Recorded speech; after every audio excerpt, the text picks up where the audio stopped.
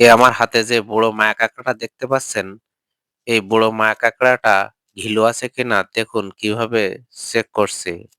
দেখুন, এইভাবে চেক করে দেখা হয় এর ভিতরে ঘিলু আছে কিনা।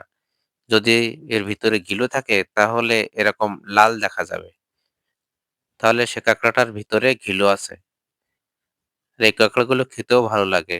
দামে বিক্রি হয়।